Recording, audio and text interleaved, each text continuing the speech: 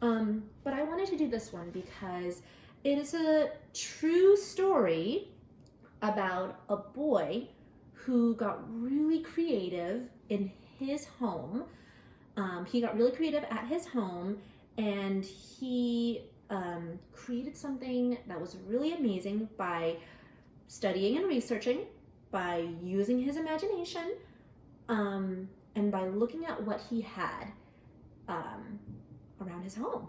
So we're going to read the story, and if you can, I really want you to talk about this with your family, because I might ask some questions, and also feel free to pause the video after I ask the questions so that you can answer them with your family, okay?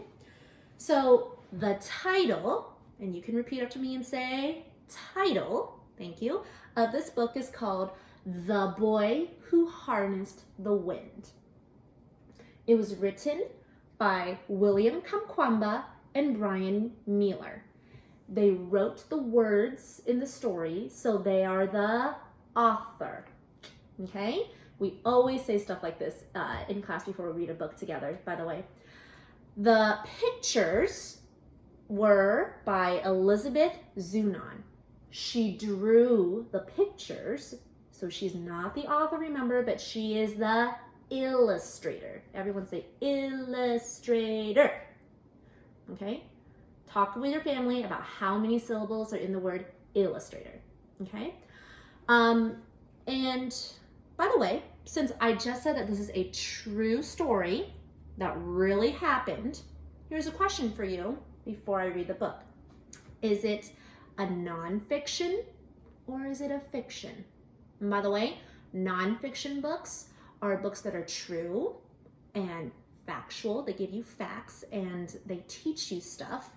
And fiction books are made up stories or fake stories or stories that might have pigs in princess outfits or something like that, okay? So you can pause this video to talk about whether this story is nonfiction or fiction, especially after I just said that it's a true story about this person who is real and he did something that really happened, okay? Here we go. The Boy Who Harnessed the Wind. In a small village in Malawi, where people had no money for lights, nightfall came quickly and hurried poor farmers to bed.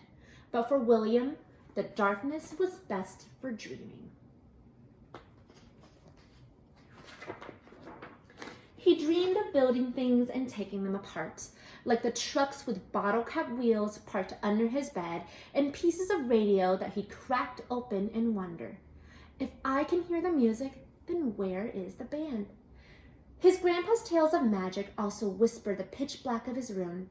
Witch planes passed through the window while ghost dancers twirled around the room as if 100 men were inside their bodies.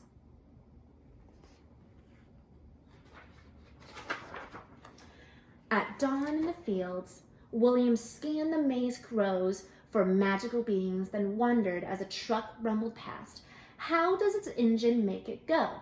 Pay attention where you throw that hoe, his father shouted. You'll cut off your foot.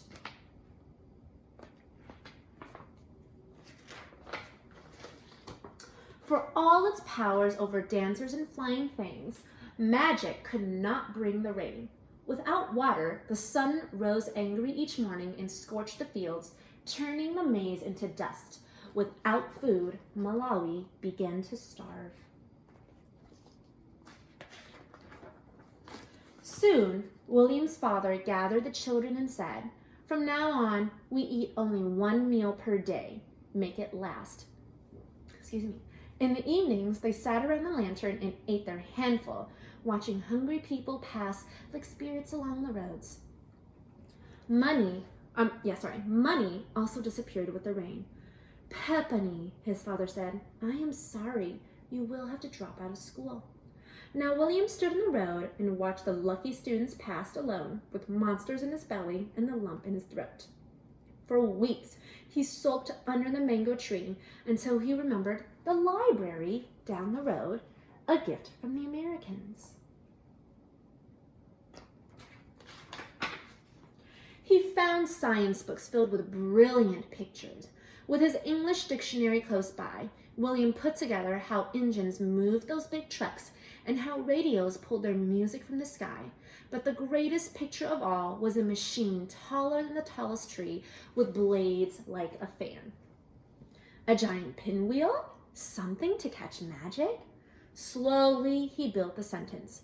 Windmills can produce electricity and pump water. He closed his eyes and saw a windmill outside his home, pulling electricity from the breeze and bringing light to the dark alley. I'm going to stop for a second to ask a question. If you look at the pictures right here, what's happened so far in the story and how is William feeling? You can pause to answer that question with your families. He saw the machine drawing cool water from the ground, sending it gushing through the thirsty fields, turning the maize tall and green, even when farmers' prayers for rain went unanswered. This windmill was more than a machine. It was a weapon to fight hunger. Magetsi Mfepo, he whispered. That means, I will build electric wind.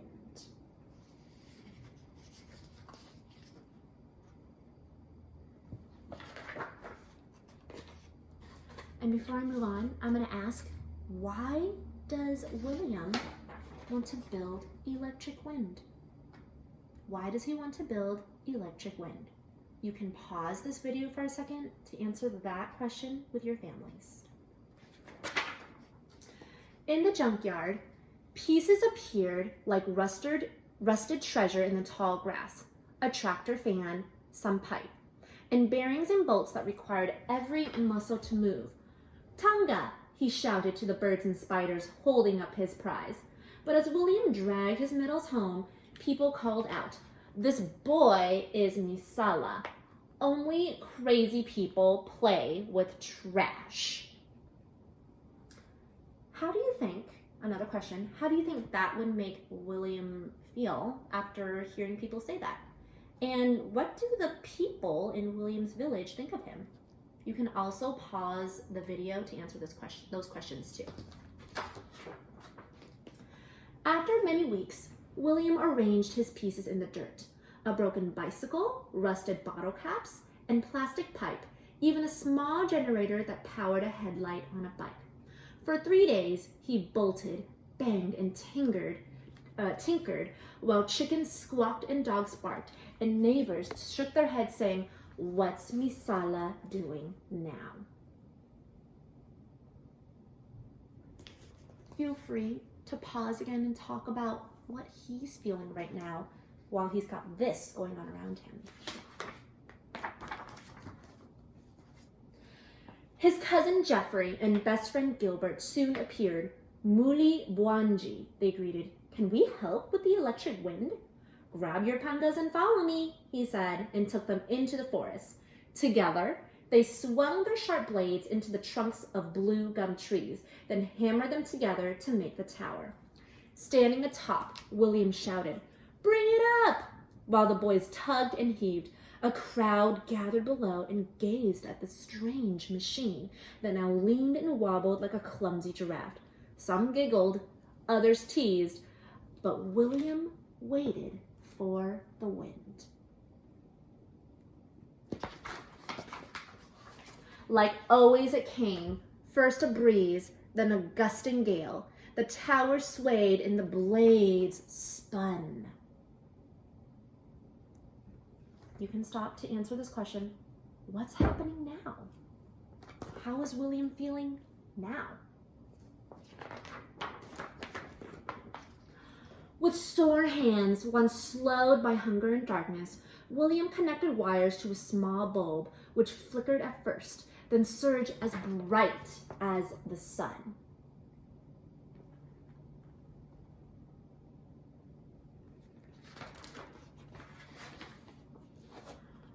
"Wachita bueno," a man shouted. "Well done." As the doubters clapped and cheered, William knew he had just begun.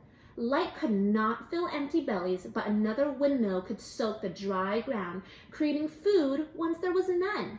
Magetsi a mfepo. That means electric wind. Magetsi a mfepo can feed my country. William thought. And that was the strongest wind magic of all.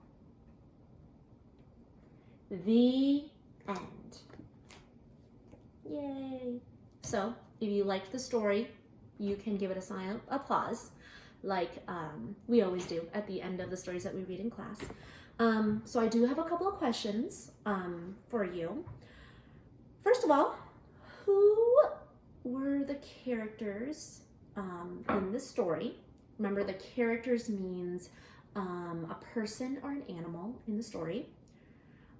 Another question is, where did the story take place? What's the setting of the story?